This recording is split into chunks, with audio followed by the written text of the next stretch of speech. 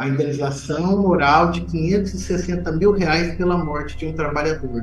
Excelências, qual é o parâmetro de se indenizar um trabalhador que morreu nessas condições, no julgamento do TST, indenizar R$ 560 mil de dano moral, e para um trabalhador aqui do Mato Grosso do Sul, a mãe ser indenizada em R$ 54 mil.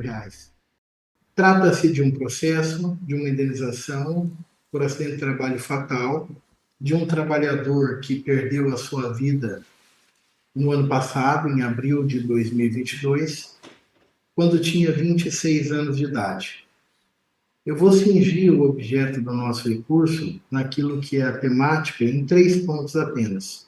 Falando sobre a necessidade, o nosso singelo sentir, da majoração do valor da indenização dos danos morais, das razões para o reconhecimento do grupo econômico entre as reclamadas e, por fim, no terceiro ponto, falar sobre a necessidade de majoração do valor da indenização material do pensionamento mensal.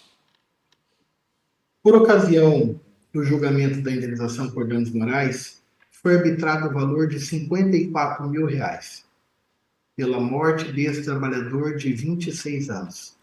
Ele estava trabalhando na empresa, o vergalhão de aço que estava sendo transportado por sobre sua cabeça desamarrou, caiu sobre sua cabeça e ele veio a óbito em função disso. A culpa da reclamada é latente, não há tanta discussão sobre isso no processo. A questão é que esse valor da indenização de R$ 54 mil, como dito na própria sentença, equivale a 25 vezes o salário do trabalhador que faleceu. Ata máxima vênia, esse parâmetro de 25 vezes o salário do trabalhador acidentado, ele é menor, é um parâmetro menor que o valor que é arbitrado com uma indenização mínima nos casos de dano gravíssimo, lá no inciso 4º do parágrafo 1º do artigo 223G da CLT. Portanto, esse parâmetro indenizatório de 25 vezes o salário da vítima é menor do que a lei traz como parâmetro de indenização por um dano gravíssimo. E quando uma interpretação histórica, sistemática, teleológica desse dispositivo permite concluir que sequer ele seria aplicado nesse caso, porque a medida provisória 808 de 2017, no período em que teve a sua vigência, até que perdeu a sua vigência, ela acrescentava um parágrafo 5º, lá nesse dispositivo do 223G, para dizer que esses parâmetros indenizatórios, eles não se aplicavam no caso de morte, porque são aquém, porque não são suficientes para reparar a perda de uma vida humana. Doutor desembargadores, no plano da aplicação do direito posto, por não atender ao menos o parâmetro da indenização de um dano gravíssimo, que está lá no 223G da CLT, só por isso seria o caso, no nosso singelo sentir, de valoração, de majoração dos danos morais. Mas há que se ter em vista, excelências, que se trata de um trabalhador que faleceu com 26 anos de idade, que morava com a sua mãe, que sustentava a sua mãe, desempregada, que vivia ali com seu filho. A mãe que gera um filho que por 9 meses carrega no ventre, que não corta os laços porque eles moravam juntos, ele não tinha uma companheira, ele não tinha constituído família, ele continuou morando junto com a sua mãe, que todos os dias vinha para casa, que jantava junto com a sua mãe, a comida que ela preparava. A dor de uma mãe que perde um filho não pode ser restrita a um parâmetro indenizatório de 25 vezes o seu salário, porque a lei é clara em dizer que no dano gravíssimo esse valor tem que ser muito superior a isso. Mas, excelências, não fosse só isso, nós temos uma decisão recente, de agora, de março desse ano, do Tribunal Superior do Trabalho, onde se confirmou uma decisão, cuja essa decisão arbitrou uma indenização de R$ 560 mil pela morte de um trabalhador. A indenização moral de R$ 560 mil pela morte de um trabalhador.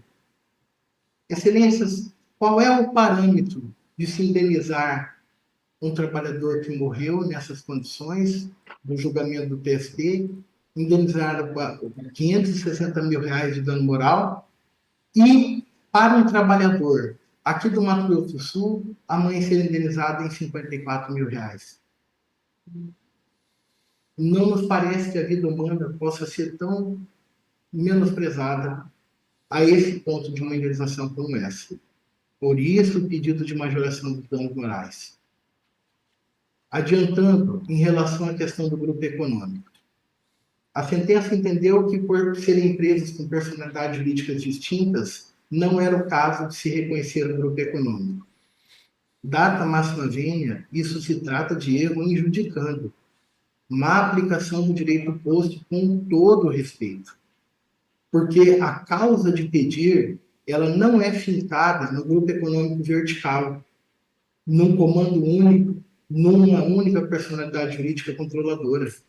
A causa de pedir é fincada que se tratasse de um grupo econômico horizontal, em que as empresas guardem, embora a sua autonomia, demonstrem que têm um interesse integrado, uma comunhão de interesses, uma atuação conjunta para a prática de mercado. E esses pressupostos que estão lá no parágrafo 3º do artigo 2º da CLT ficaram mais do que comprovados no processo. As confissões dos prepostos de primeira e segunda reclamada deixaram claro as elementares fáticas que corroboram a conclusão de haver entre as reclamadas demonstração de interesse integrado, efetiva comunhão de interesse e atuação conjunta. Os prepostos confessaram. O primeiro reclamado confessou que as máquinas que ele tem foram fornecidas pela segunda reclamada, fornecidas a uma condição de comodato para pagamento em 10 anos, sem juros, condições fora de mercado. E ele próprio confessou, não, no mercado eu não conseguiria adquirir assim. Ora, mas isso é o que, se não um interesse integrado e uma comunhão de interesses? Ficou provado que a segunda reclamada agenciava clientes para o primeiro reclamado, porque vendia os vergalhões de ferro, indicava o primeiro reclamado para ele lá beneficiar aquelas malhas de ferro que ela vendia. Então, cooptavam juntos a clientela no mercado. O nome disso é comunhão de interesses. O nome disso é atuação conjunta. Ficou provado que a segunda reclamada mantinha controle sobre os estoques do pátio do primeiro reclamado. Remanejava esses estoques, levando para outras empresas quando faltasse fornecimento para elas. O nome disso é atuação conjunta, é comunhão de interesses. Portanto, excelências, data máxima vênia, negar que esses fatos se consubstanciam como justificadores do preenchimento da hipótese do grupo econômico horizontal é a mesma coisa que negar a própria existência do direito do trabalho como norma cogente, vigente e que deve ser seguida e que deve ser aplicada em todo o território nacional. Por fim, falar sobre o pensionamento mensal, que foi restrito a 30% do que o trabalhador ganhava.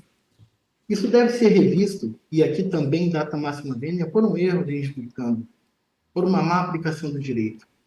O artigo 950 do Código de Processo Civil, do Código Civil, alberga o princípio da restituição integral e diz que a pensão corresponde à importância do trabalho para o qual se inabilitou. Se o trabalhador morreu, a inabilitação para o trabalho é total. A reparação integral deve ser equivalente a 100% da remuneração do trabalhador, sob pena de se estabelecer a lógica teratológica no direito, de que economicamente é mais interessante para a empregadora que morra o trabalhador do que ele permaneça vivo em caso de acidente de trabalho. Portanto, essas são as razões que nós colocamos a Vossa Excelência. Muito obrigado.